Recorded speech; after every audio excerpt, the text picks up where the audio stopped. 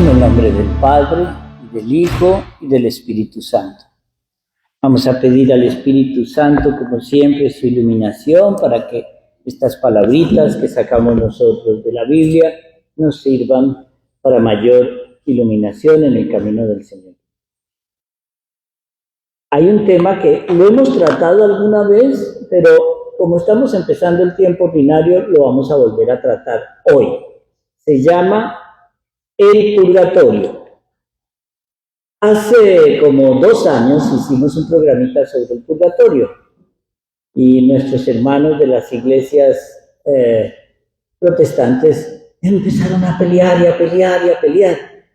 Eso solo me dice una cosa, hermanitos protestantes, bienvenidos a la Iglesia Católica, la que fundó Cristo. Entonces, vamos a definir conceptos claros. ¿Qué es el purgatorio? Para eso me voy a basar en el Catecismo de la Iglesia Católica. Vamos a empezar por aquí. El purgatorio, ¿qué es? Dice, la Iglesia, empezamos por el artículo 10:30, la purificación final o purgatorio. Los que mueren en la gracia y en la amistad de Dios, pero imperfectamente purificados, aunque están seguros de su eterna salvación, sufren después de su muerte una purificación, a fin de obtener la santidad necesaria para entrar en la alegría del cielo. La Iglesia llama purgatorio a esta purificación final de los elegidos, que es completamente distinta del castigo de los condenados. La Iglesia ha formulado la doctrina de la fe relativa al purgatorio, sobre todo en los concilios de Florencia y de Trento. La tradición de la Iglesia, haciendo referencia a ciertos textos de la Escritura, habla de un fuego purificador. Respecto a ciertas faltas ligeras, es necesario creer que antes del juicio existe un fuego purificador, según lo afirma aquel que es la verdad, al decir que si alguno ha pronunciado una blasfemia contra el Espíritu Santo, esto no le será perdonado ni en este siglo ni en el futuro. Mateo 12:31. En esta frase podemos entender que algunas faltas pueden ser perdonadas aquí, en esta vida, pero otras en la vida por venir. Oh, gracias. ¿Ya lo cacheaste que sea agua? Sí. Por ellos. Sí, es que alguna vez trataron de envenenarme.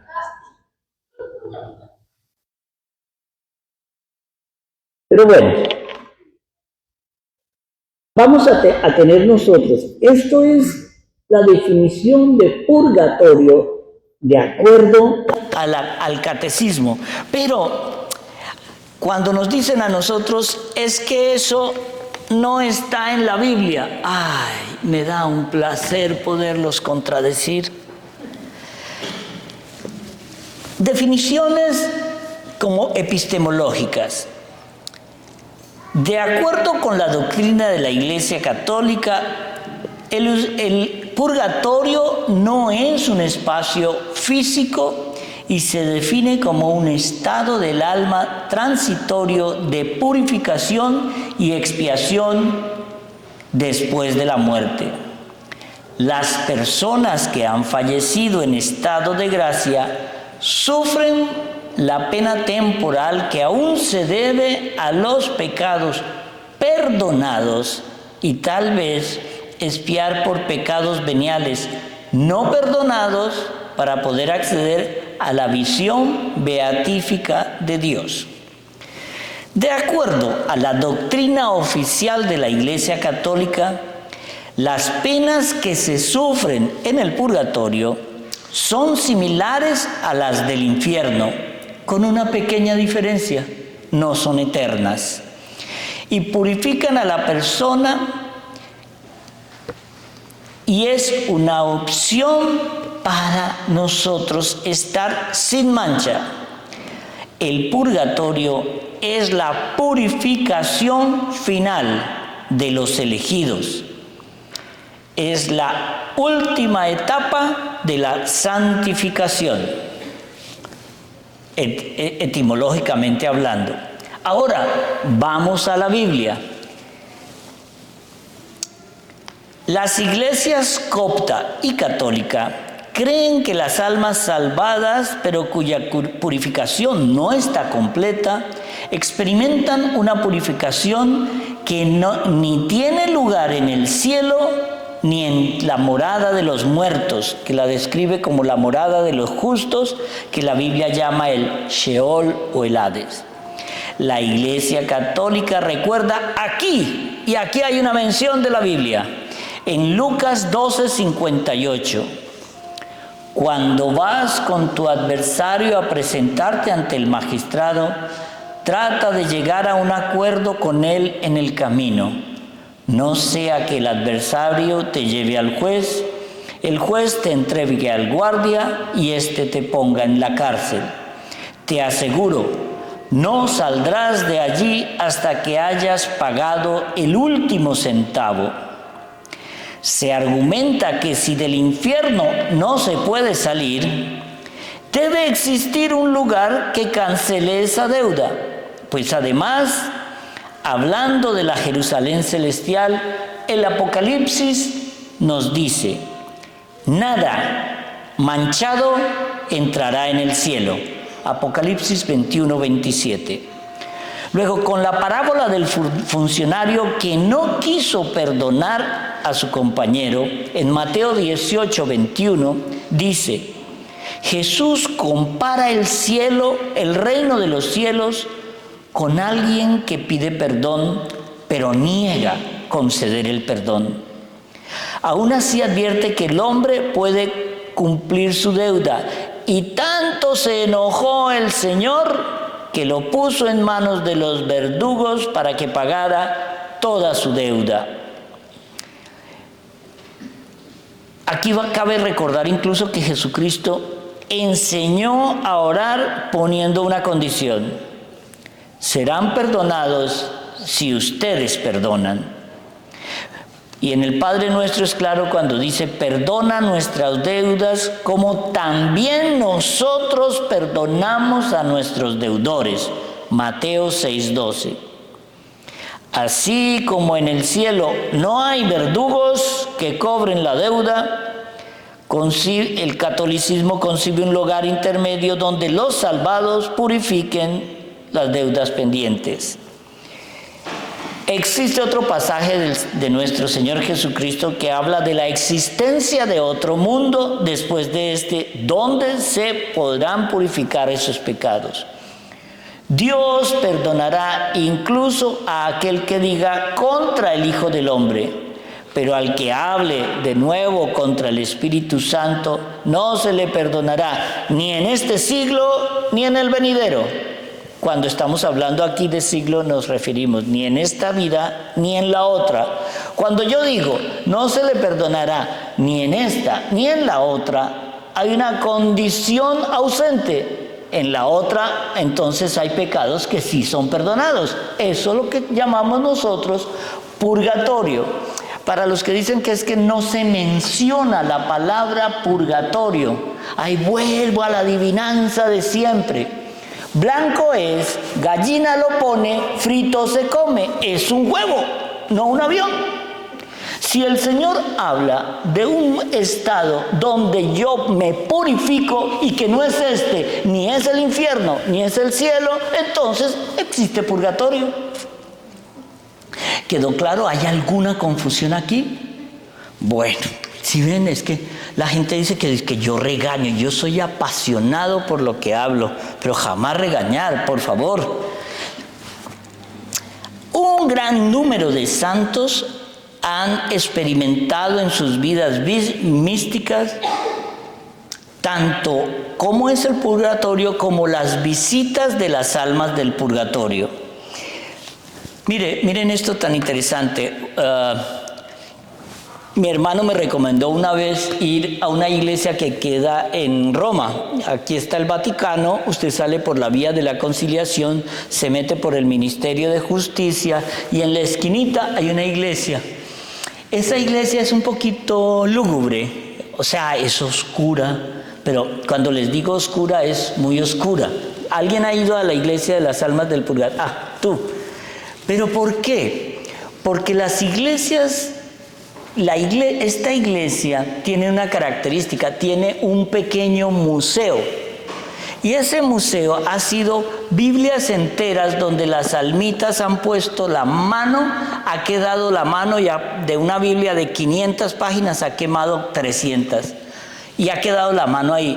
A unas señoras le puso la mano, una almita en el hombro y le quemó toda la blusa o el suéter, pero a ella no, pero la blusa sí. Y así hay cientos de anécdotas. Quizá y del que yo he sacado más aquí ha sido del santo cura de Ars. Pero ahorita ha habido muchas personas, muchos santos, muchos místicos que han recibido esto. Miren, las almitas del purgatorio nos necesitan nuestra oración. Cuando yo hablo de esa iglesia trinitaria, así como nuestro Señor es Santísima Trinidad, Padre, Hijo y Espíritu Santo, la iglesia también es trinitaria. La iglesia triunfante, que son los que ya murieron, alcanzaron la santidad y están ya gozando de la presencia beatífica del Señor. La iglesia militante, que somos nosotros aquí en la tierra mientras estamos vivos. Y la iglesia purgante, que son los que ya murieron, no se condenaron, pero para poder entrar a la iglesia triunfante tienen que purificarse aquí en la iglesia purgante. Aquí no tratamos de los que van al infierno, eso ya no hay nada que hacer. Del infierno no se sale. Y nos lo dice el mismo Señor. El que va al infierno ya no tiene nada que hacer, ya perdió el año. Entonces hay una señora que se llama María Natividad, una monjita, en la cual ella entra en un éxtasis y en ese éxtasis el Señor la lleva al purgatorio. Y ella empieza a describir el purgatorio. Por eso, aunque se diga que no es un lugar físico, hay unas partes de la Biblia también que dan a entender dónde está el infierno. Hay algunas partes que nos dicen que está en el centro de la tierra. Entonces, así se convierte en un lugar físico. Miren esto. ¿Ustedes saben cómo se llaman los sitios más profundos de la tierra? No importa en qué continente, casi siempre son la puerta del infierno, las fosas malditas, las fosas, siempre los lugares más profundos de la tierra tienen esa característica. Hay un dato curioso, que esto es a manera de chisme, no está en la Biblia. Es chisme. Pero el presidente de Rusia, Vladimir Putin, una vez quería hacer un experimento sí o sí, y mandó a hacer en Siberia una perforación para llegar a lo más profundo de la tierra que se pudiera con mecanismos. Y empezó a perforar. Esta parte la pueden ver, esta historia la pueden ver en YouTube. No ahora. El que saque el teléfono queda como excomulgado. Es que la gente me pregunta que por qué no me ato aquí. Trate de atarse a un botón con una mano y luego cerrar el cuello. Trate de afeitarse con la mano izquierda si usted es diestro. ¿Ya entienden por qué no me puedo afeitar y no puedo cerrarme aquí? Mi mamá no estaba conmigo. Entonces, en estas descripciones alguno de ustedes, yo les recomiendo a alguno de ustedes, si alguna vez pueden leer un libro que es uno de los clásicos de la literatura universal, que se llama La Divina Comedia de Dante Alighieri. Es un libro donde se habla del purgatorio y el infierno, pero de una manera tan profunda que seguro que Dante tuvo que tener ayuda de otro tipo, porque no se puede describir esos niveles sin un conocimiento espiritual muy profundo. Entonces, cuando empiezan a describir las celdas del purgatorio, casi siempre todas coinciden en todos los místicos y santos que se han escrito libros, de todo esto. Se habla de una especie de niebla. En el purgatorio quema tanto el fuego como el hielo. Y esto me sirve de anécdota. Esta mañana estaban haciéndome la terapia del brazo. Y todo iba bien, varón. Todo iba bien. Hasta que llegó. Oye, chico, ahora sí vas a llorar. Solo bastó que me pusieran un hielo picado en el brazo y vi estrellas. Y uno dice, wow, duele. Pero es que duele. Bueno, aquí Alejandro debe tener mayor experiencia. Su hobby es romperse un hueso cada año. Entonces, cuando uno siente el dolor, yo decía, ¿y esto del purgatorio hoy? Qué fuerte, porque hay momentos que la purificación es por el fuego. Es un fuego que quema pero no consume. La diferencia con el fuego del infierno es que es eterno, eso no para, no para. Y hablaba Luisa de unos niveles, más que Luisa, el santo cura de Ars, de unos niveles de purgatorio. Obviamente, él habla de que hay el último nivel del purgatorio es de donde ya se ve el infierno. Esto es bien interesante porque lo han descrito en exorcismos, lo han descrito muchos místicos, lo han descrito, hay parte de esto que lo logré sacar de la Suma Teológica de Santo Tomás de Aquino. Pero cuando empezamos a ver, ella decía que en el primer nivel que ella vio, estaban sufriendo, pero las almas estaban consoladas. ¿Por qué? Porque sabían que muy pronto vendría su liberación.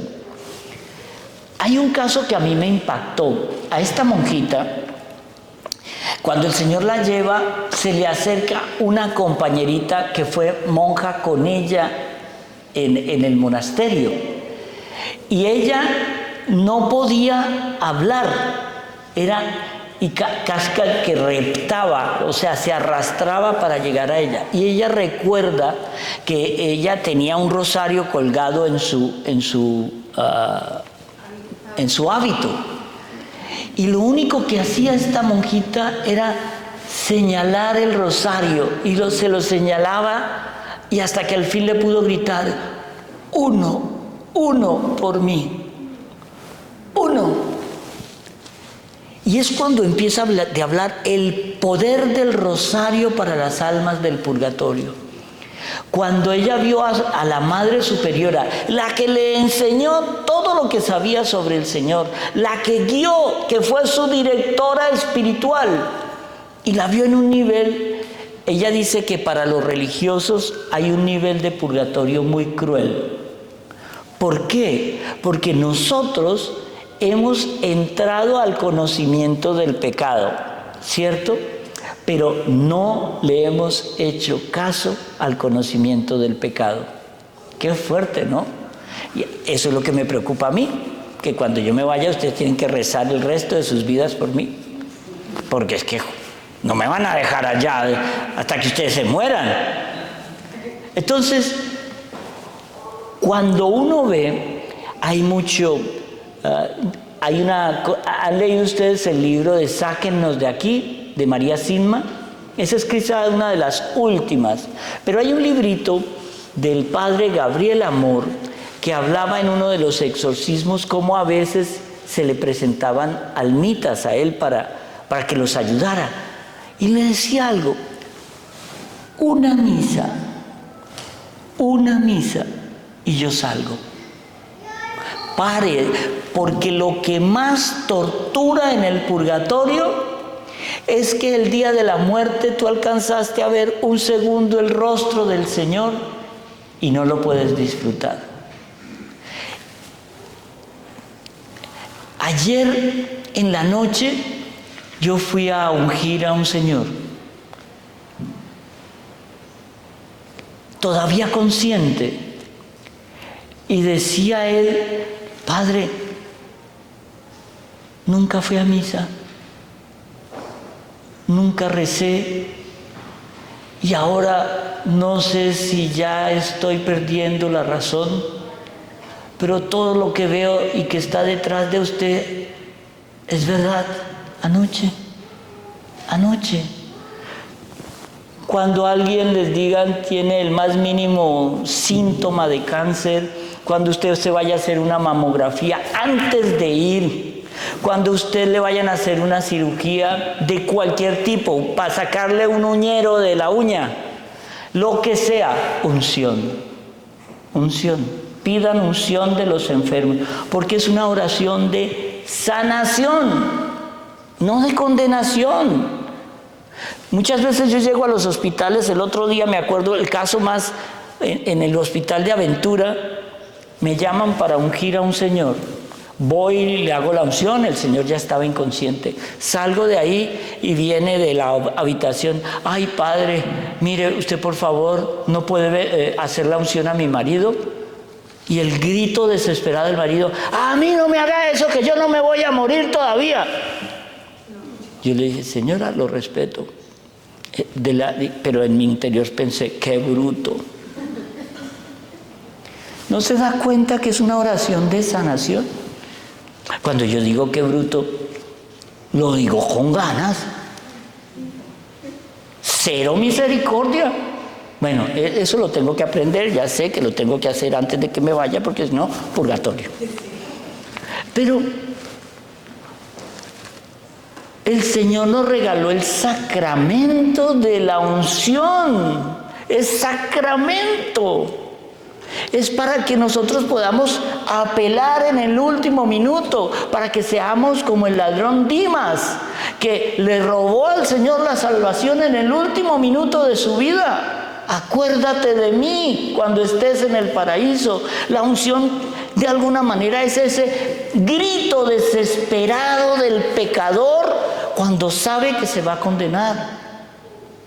¿Por qué? Porque sabe que la misericordia de Dios es infinita. Yo puedo apelar a la misericordia del Señor siempre, aquí, mientras esté vivo. Después de muerto será la divina justicia. Ya no hay manera de decir. Como decía la monjita, es que aunque te dediques a orar en el purgatorio, ya no te sirve a ti mismo. Por eso la misericordia tiene que apelar a lo que está ocurriendo vivo. Usted no puede expresar la caridad solo. ¿Cómo voy a hacerme caridad yo a mí mismo? Me saco de este bolsillo $100 y lo meto en este. Ya me hice caridad. No. El Señor te regala al prójimo para que practiques la caridad. ¿Cómo voy a practicar la paciencia? Ay, yo me tengo paciencia a mí mismo, qué bueno soy. ¡No! Para eso te dio un marido. Ahí practica la paciencia. El Señor te va a decir: practica la misericordia y el silencio. Para eso te dio una esposa. Entonces, entendemos que es en el prójimo donde yo opero todas las virtudes. Es con el prójimo. En estos días oía una amiga mía que me dijo: padre, es que yo creo que todos los prójimos están en contra mía. Usted lo que tiene es delirio de persecución. Entonces, cuando venimos aquí a lo del purgatorio, ¿por qué quería hacerlo hoy? Porque estamos empezando el año, porque estamos empezando el tiempo ordinario, porque ya nos queda, ya prácticamente es Navidad del 2025. Estamos empezando el tiempo ordinario y ya nos quedan 3 semanas para empezar la Cuaresma. En estos días me preguntaba alguien: Padre, ¿y el ayuno ayuda a las almas del purgatorio? Mire, aquí tenemos una experta en Santa Brígida de Suecia. Ayuda. Tengan en cuenta que si ustedes ayudan a una almita del purgatorio, cada alma del purgatorio estará en el momento de tu muerte abogando por ti, abogando a la divina misericordia. Señor, Él me ayudó. Señor, Él oró por mí. Ustedes se imaginan solo por un segundo que un rosario bien hecho por un tatarabuelo que lleva 150 años en el purgatorio porque nadie ora por él, y que tú te acuerdas en ese árbol genealógico hacer ese rosario y ese abuelo puede salir de ahí. Muchas veces uno sabe quiénes son los abuelos, algunos saben quiénes son los bisabuelos, casi ninguno sabe quién es su tatarabuelo, pero mucho menos de ahí para atrás. Pero cuando yo estoy en la misa, yo doy por mi árbol genealógico hasta Adán. Y yo digo por todos mis ancestros hasta Adán, porque quizá una oración chiquita lo sacó y él lleva 200 años allá metido. Tenemos que orar por las almas del purgatorio. Es una de las obras de misericordia espirituales más lindas que hay. Cuando se mueran, me van a dar la razón. Entonces, cuando vemos esos grados de purgatorio, en el último, el que está en ese grado de purgatorio, ya ve el infierno. Los demonios vienen a atormentarlo. Pero una cosa linda, linda, linda, que a mí me encantó: tu ángel de la guarda nunca se apartará de ti, ni siquiera en el purgatorio. ¡Wow! ¿Sabes quién sí se aparta de la mortificación de ti y es castigado? El demonio que te atormentó desde que fuiste concebido. En el momento de la concepción, el Señor te asigna a un ángel de la guarda. Pero el demonio, como copia todo, asigna un demonio. Si ese demonio no puede hacer que esa alma se condene, él es castigado.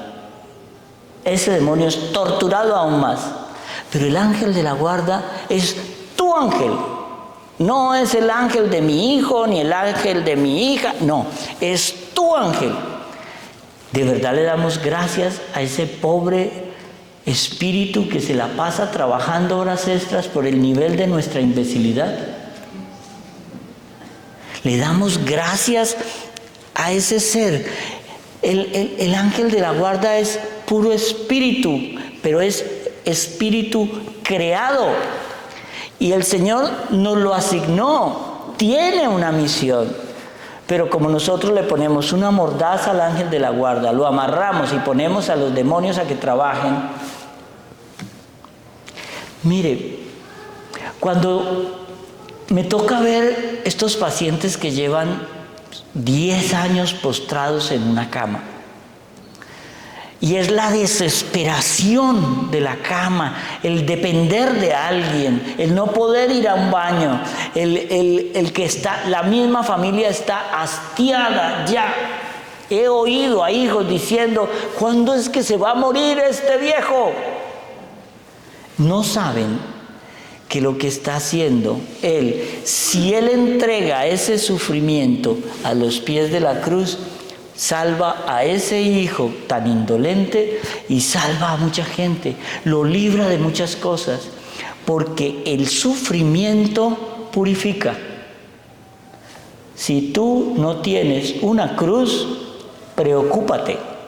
Si tu cruz es muy dura, alégrate, porque el Señor te eligió. La gente no entiende que una enfermedad brutal es decirle al Señor, mira, vas a pagar tu purgatorio aquí. El día que te mueras vas en volador directo para el cielo. Yo aquí solo conozco una persona que va para el cielo, así en volador, Guillermo Guerra. El esposo de Verónica del Valle. Entonces, cuando uno ve eso, uno dice, wow. Cuando uno lee todo lo que está pasando con las almitas del purgatorio, que le gritaban, por favor no vengan aquí, no vengan aquí, no vengan aquí. Ustedes sabían que el propio Padre Pío, San Pío de Pietrelcina, pagó 3 días de purgatorio. Y uno dice, ¿y cómo se enteró? Me contó. Hay libros escritos de unas apariciones que él hizo a uno de sus compañeros. Y cuando le dice, pero 3 días, él tuvo que pagar en esas cosas lindas que uno llega a leer a veces, tuvo que pagar 3 días de purgatorio en la iglesia donde él hacía misa todos los días. ¿Sabe por qué? Porque un día pasó frente al Santísimo y no hizo la reverencia. Cuando ustedes ven, por ejemplo, aquí hay niños, cuando ustedes ven que un niño pasa corriendo de aquí para allá, de aquí para allá, yo siempre utilizo a los niños como catequesis. Yo me acerco y si el Santísimo tiene la luz roja, quiere decir que el Señor está ahí. ¿Y yo qué hago? ¿Me voy para ahí? No, yo llego y primero me arrodillo, saludo al Santísimo y luego me siento. Eso incluye a las 2 amigas mías que acaban de llegar. Primero me arrodillo, saludo al Santísimo y luego me siento. ¿Por qué? Porque es que a mí me decía alguien, nunca corrija a la gente en público. Ay, me encanta. Se ponen rojas, qué vergüenza, ¿qué hice? Ay, esa alma cruel que llevo dentro de mí. Pero tranquilo, voy a cambiar para no pagar purgatorio por esto. Pero cuando uno va entendiendo, mire, no puede entrar nada que tenga la más mínima mancha al cielo. Nada. Pero este pecadito no le hace mal a nadie. Este pecadito nadie me está viendo. Este pecadito, hay un pecado que últimamente es muy. No, pero pornografía, yo no le hago mal a nadie. Estoy solo. Masturbación, yo no le hago mal a nadie. El problema es que Dios no está fuera de ti, está dentro de ti. Entonces, mire, hoy en la misa se va a celebrar el día de Santa Inés. Santa Inés, una vida lindísima de una niñita de 14 años. ¿Por qué nosotros no nos damos cuenta que el pecado nos aleja de Dios? No, pero es que es una vecina, tiene 20 años y ella me sedujo. No, el demonio siempre seduce, pero tú eres el idiota que elige irte con la vecina. Tú puedes elegir, no. Mire, en este negocio nos vamos a ganar aquí casi $1 millón. Hay alguna cosita que no es tan santa. No, gracias. ¿No quieres enterar? No, gracias. Porque si lo escuchas y te enteras, lo haces. Con la tentación no se puede negociar, porque caes. Ya puedes ser el más santurrón del mundo y caes. En estos días, a mí me encanta mucho ver todo lo que recomiendan los vendedores de carros que no hagas. Cuando vas a comprar un carro, no, nunca haga esto, no acepte esto, no haga eso, no pida eso. Cuando vaya a hacer lo de los intereses, haga que su banco. En estos días tuve que cambiar mi carro, cometí todos los errores que me decía, y yo lo sabía. Yo decía, ¿seré tarado? Me lo advirtieron, mire, los intereses, si usted coge el crédito por el concesionario, le va a ir mal, le va a salir de nada, le sirve un buen crédito. Si se va al banco y negocia con el banco un crédito para un carro, usted lleva el crédito. Pero, y ahora ir al banco a hacer la buena. ¿Sí ve? Yo les estoy diciendo aquí, cumplan los sacramentos. Pero usted tiene 30 años y apareció el chico de los sueños. Y el chico de los sueños suyo es ateo y yo no me caso por la Iglesia Católica, les dice el chico. Pero es que es tan lindo, es tan detallista, es tan buena persona. Él tiene un fondo para cuidar a los pingüinos. Todos sus ahorritos los cubre para los huevos de las tortugas en Galápagos. Es tan buena gente. Es tan detallista con mi mamá y mi papá. Él está lleno de detalles. Mire el anillo, le costó como $200,000. Además, lo amo. Y eso es lo que cuenta. Un año después, se da cuenta que el anillo era falso. Se da cuenta que las tales campañas en pro de la naturaleza eran mentiras. Un año después se da cuenta que ese chico era falso, pero tú ya pecaste, tú ya fornicaste, tú ya perdiste tu dignidad y encima te dejó la deuda del carro. Entonces, mire, las cosas hechas con el camino de Dios, seguir a Dios no es garantía de felicidad para nada. Es garantía de paz con el Señor. Eso sí. Tenemos un Dios que nos perdona una y otra vez.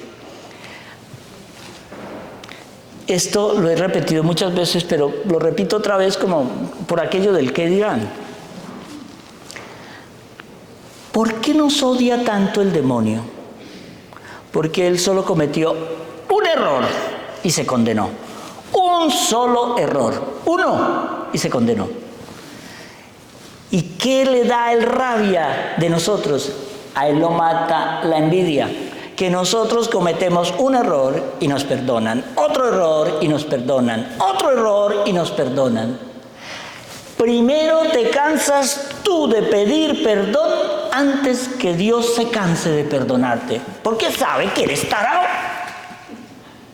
Entonces, cuando el Señor reconoce que somos débiles, eso ya es algo. El problema no es ese. El problema es reconocer que yo soy débil. Yo soy el débil. Yo soy el que necesito al Señor. Yo soy el que le tengo que dar gracias por su sacrificio. Gracias por lo que hizo en la cruz. Gracias porque yo no soy nada sin Él. Cuando nosotros entendemos eso, terminamos sabiendo que no queremos purgatorio. ¿Usted no perdonó? Tranquilo. Compró todas las boletas para el último nivel del purgatorio, pero encima se vengó, listo, ya tiene la boleta del infierno.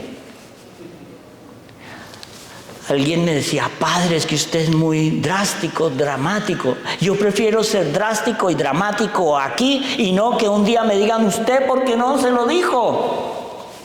Que si seguía con esa fulana se iba a condenar en el infierno. Ay, pero es que, padre, usted entienda, 60 años, mi mujer 59 y la chica tiene 20. Es puro amor. ¿Qué carro le regaló? Ya está, ahí se acabó el amor. Mire, si no nos damos cuenta de la gravedad del pecado mortal, es que se llama mortal porque lo que mata es el alma, la condena. Hagan este ejercicio. Esta semana, solo esta semana. 1, vaya y se confiesa. ¿Se confiesan? No, es que yo llevo 20 años sin confesarme, pero es que yo no peco. Entonces yo siempre, ¿y usted qué viene a hacer aquí? Usted debe estar levitando. Ese no peco me acuerda las palabras del Padre Pío. Casi todo lo que hacemos es pecado. Pero no peco. El cielo, y esto lo he repetido 1000 veces, el infierno está lleno de gente buena que nunca se arrepintió. Y el cielo está llena de gente mala, como ustedes, que se arrepintieron. Pero se arrepintieron. Espero verlos a todos, gente mala, en el cielo algún día, porque que yo también soy malo, y re malo, y profesionalmente malo. Pues yo pido perdón. Yo tengo uno de mis confesores es el padre Juan Carlos de Santa Marta, y yo siempre me confieso con él y él se confiesa conmigo, pero yo siempre me confieso primero y le digo, depende de la penitencia que me ponga, yo le pongo el doble. Entonces me pone Padre Nuestro, algo así, todos Padres Nuestros. Ya no se atrevía a decirme el rosario, 3 rosarios para ti. Pero es bonito. Si ustedes supieran la belleza, imagínense que cuando ustedes entran a ese cuartico de la confesión, el Señor está con los brazos abiertos diciéndote, hijita, gracias por venir, todo está perdonado, tranquila, tranquila.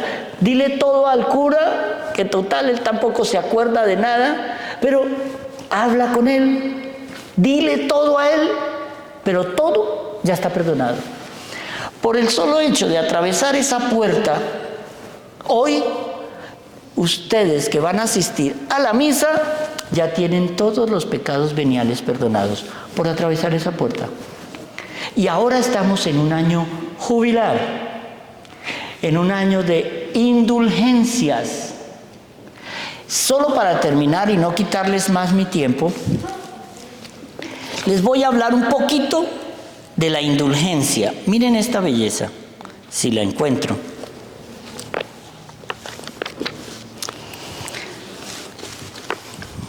Catecismo.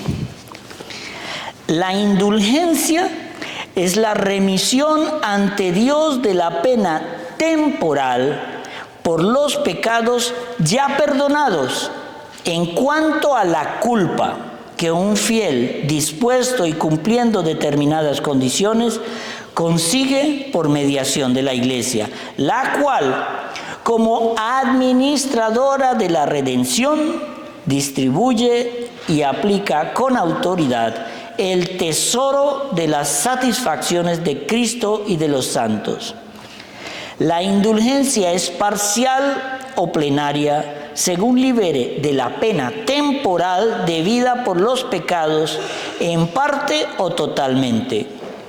Todo fiel puede lucrar para sí mismo o aplicar por los difuntos a manera de sufragio las indulgencias tanto parciales como plenarias.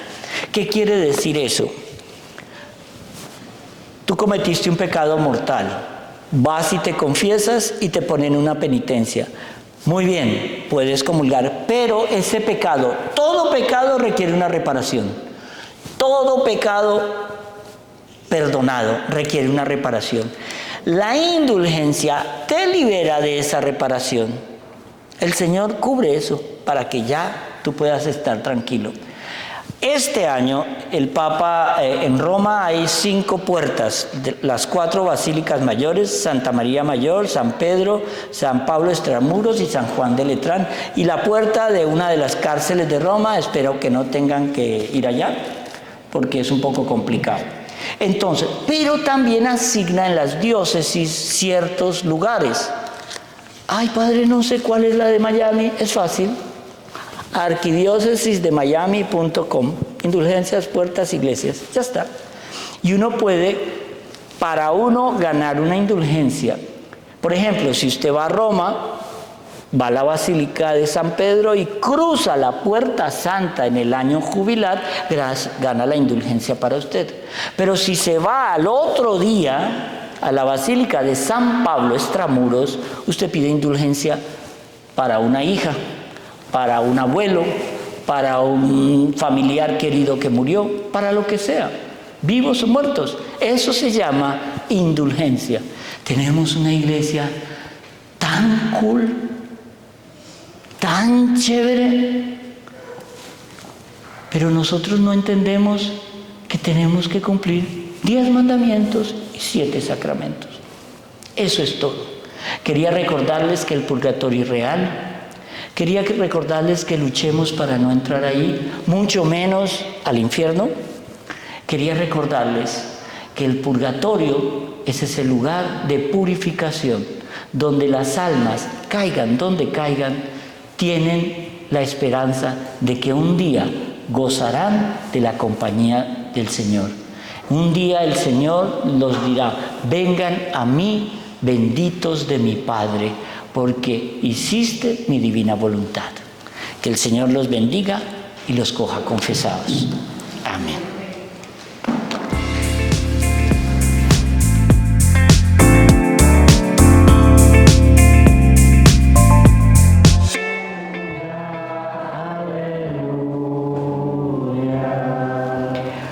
El Señor esté con vosotros. Lectura del Santo Evangelio según San Marcos.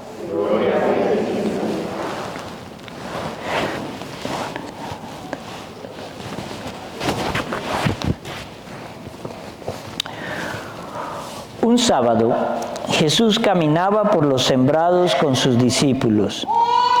Ellos, al pasar, se pusieron a desgranar espigas. Entonces los fariseos le dijeron: mira, ¿qué están haciendo? Es cosa que no se puede en día sábado. Él les dijo: ¿nunca han leído ustedes lo que hizo David cuando él y sus compañeros tuvieron necesidad y sintieron hambre? Que entró en la casa de Dios en la época del sumo sacerdote Abiatar y comió los panes de la ofrenda que solo pueden comer los sacerdotes, y les dio también a los que estaban con él. Y les dijo: el sábado ha sido hecho para el hombre, y no el hombre para el sábado. Por esto el Hijo del Hombre, que es Señor, también es dueño del sábado. Palabra de Dios.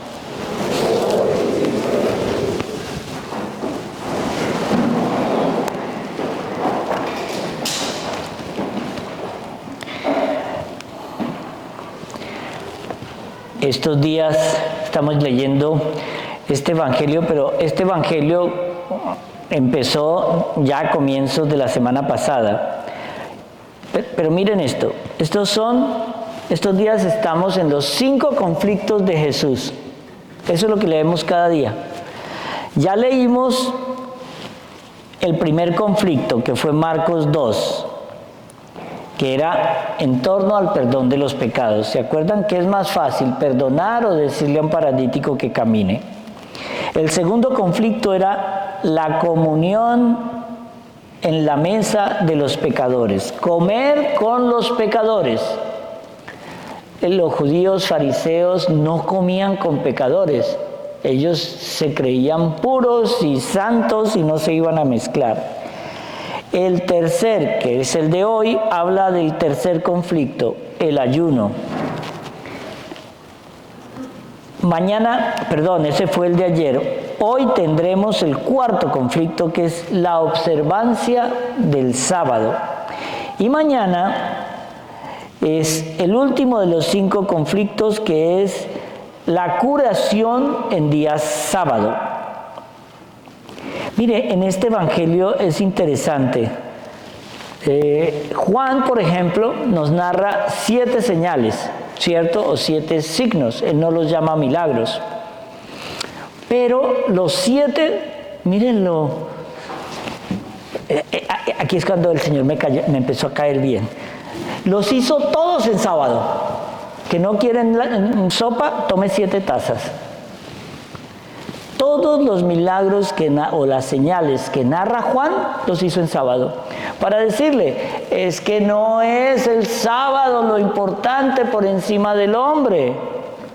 Es como una señora vino un día y me dijo, ay padre, mire, no vine a misa porque yo estoy cuidando a mi papá que tiene casi 100 años y yo no lo puedo dejar solo, y ahora que lo dejé con la enfermera, yo no vine ayer el domingo a misa. ¿Sabe qué? Él no pecó. Él hizo algo, un acto de amor. Un acto de amor. Pero claro, si yo me voy en un bote con mis amigos, si me voy de compras con las amigas, si me levanté tarde porque rumbié el sábado y ya cuando abrí los ojos eran las 9 de la noche y no había misa en ningún sitio, eso sí es pecado y mortal. Yo todavía no he podido con esta costumbre que hay aquí, que en las iglesias aquí americanas se para el usher y casi que obliga a todo mundo a que vaya a comulgar. No. Sencillamente va a comulgar el que está preparado. ¿Ustedes no se han fijado que aquí comulga todo el mundo? Y el confesionario, 4 gatos. 4 gatos hay en un confesionario. Hay veces que yo ayudo al padre Juan Carlos en Santa Marta y me quedo allá toda la tarde y confieso, en el mejor de los casos, 10 personas. Pero eso sí, en la misa del domingo, en las 3 misas, 1500 personas comulgan. ¿Qué están haciendo ahí? San Pablo, se están condenando imbécilmente, sí, pero condenando, porque es que el orden no lo pones tú, lo pone Dios. Y por eso, miren, el amor a la Eucaristía, el amor lo que significa. Hoy la iglesia celebra a Santa Inés. Yo sé que todos aquí saben quién fue Santa Inés, ¿cierto? Miéntanme. Ok. ¿En qué año nació Santa Inés? Con uno que me lo diga. Bueno, que nadie comulgue porque todos eran mentirosos.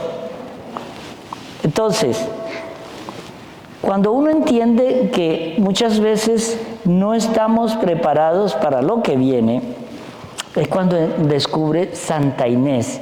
Santa Inés se cree que nació en el año 291 y murió a los 14 años. Ella desde muy joven, ella pertenecía a una familia muy pudiente romana, y esta familia romana, a veces se me olvida que tengo el brazo malo y lo muevo y veo estrellas.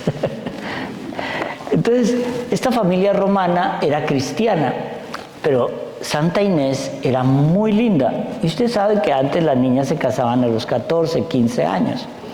El papá estaba orgulloso de su niña y entonces viene un chico a decirle que se quiere casar con ella, que era hijo de uno de los tribunos de Roma.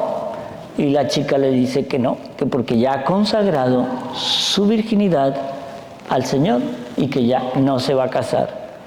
Conclusión, a ella la torturan de muchas maneras para acabar con su virginidad, pero no pueden.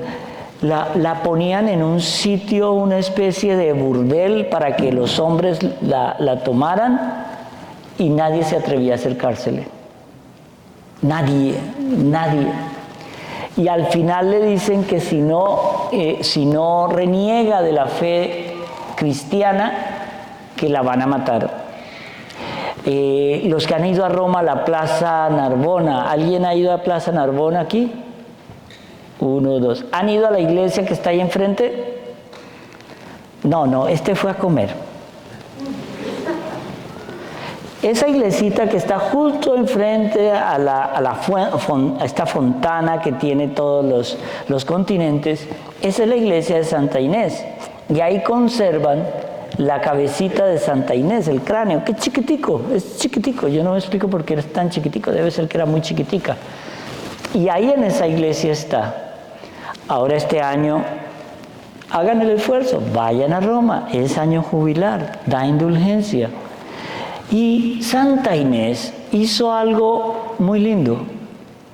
Santa Inés nunca predicó nada, nunca enseñó nada a nadie, nunca habló con nadie, nunca habló con ninguna autoridad, nunca convirtió a nadie. En otras palabras, no hizo nada. Pero solo hizo una cosa: respetar su fe y su cuerpo. Era tal la pureza que estando en la cárcel se le apareció un corderito. Por eso a Santa Inés la representan con un corderito siempre, por la pureza que esta mujer tenía. A ella hay dos tradiciones: una dice que le cortaron la cabeza, otra dice que la mataron a espada y luego le cortaron la cabeza. Entonces, cuando ustedes sientan tentaciones de lujuria o de impureza, llamen a Santa Inés. ¿Por qué será que no creen que los santos actúan? A mí me da risa. Cuando a alguien le va a pasar algo, ¿qué es lo primero que grita? ¡Mamá! La mamá no puede hacer nada. A no ser que de pronto, ¿no? Guerrera, de todo. Pero, ¿por qué no invocar un santo cuando veo que estoy en una lucha espiritual contra el mal? ¿Por qué? ¿Se acuerdan de la historia de esa amiga mía que cada vez que iba a tener relaciones con el novio, cogía el crucifijo y lo metía en la mesita de noche? ¿Será que el Señor no ve? ¿Por qué no pensar, si ve el mal, sabe que ahí hay algo? ¿Por qué siempre persiguen a la Eucaristía consagrada? ¿Ustedes han oído alguna vez se robaron el pan que dan en una iglesia protestante? No, porque ahí no hay nada. La Eucaristía, la transustanciación y el milagro está aquí. Esto es mi cuerpo, esto es mi sangre. Él no dice esto representa o esto es un símbolo. No, es. Y alguien de 14 años que prefirió morir antes que renegar del Señor. ¿Nosotros tenemos esa fe? ¿Llegamos a tener esa fe? No se preocupen, llegaron los tiempos donde vamos a demostrar si tiene esa fe. Eso no está muy lejos. Ya cuando vemos que por orar frente a una clínica de abortos te meten a la cárcel. Ya cuando vemos que yo fui, a mí me pasó, no me lo contaron, un día atravesando una plaza con mi clériman, empezaron a gritarme: ¡Cuervo, cuervo! ¡Largo de aquí, cura! Hay una agenda que persigue a la Iglesia católica, apostólica y romana. El mal sabe que el Señor está ahí. Y Santa Inés nos llama a defenderlo a Él. ¿Dios necesita defensa? No. Dios necesita poner nuestra vida al servicio de Él. Si nosotros vemos que alguien se acerca irreverentemente a la comunión y que se lleva la comunión en la mano, hay que ir detrás de él, no solamente el cura o el ministro. Si usted lo vio, usted lo para. Consuma la comunión. Por eso es que es tan importante hoy entender que no es la forma, el disfraz de santo, no. Es entender que estamos llamados a una entrega por el Señor total. Mire, cuando yo veo tanta gentecita que sufre al morir, y uno dice: wow, apréndanse esto de una vez. El 95% de las personas, si no más, mueren solos. Todos. No importa que usted tenga 30 hijos, el momento de la muerte te coge solo. Es lo que veo yo todo el día. Es para lo que me llaman, solo. Y cuando uno ve ciertas vidas que le cuentan de sufrimiento, uno siente esa muerte en una paz. Pero ver morir a un ateo o a alguien no preparado es una angustia y es una cara de terror con lo que están viendo en el momento de la muerte, que uno dice, wow. Ahí entiende uno a los mártires. Los mártires descubren el peligro que les acecha por ser cristianos y lo único que quieren es morir por el Señor. Cuando tengan un problema grave, Señor, tú lo quisiste así. ¿Fue mi error o no fue mi error? A lo hecho, pecho.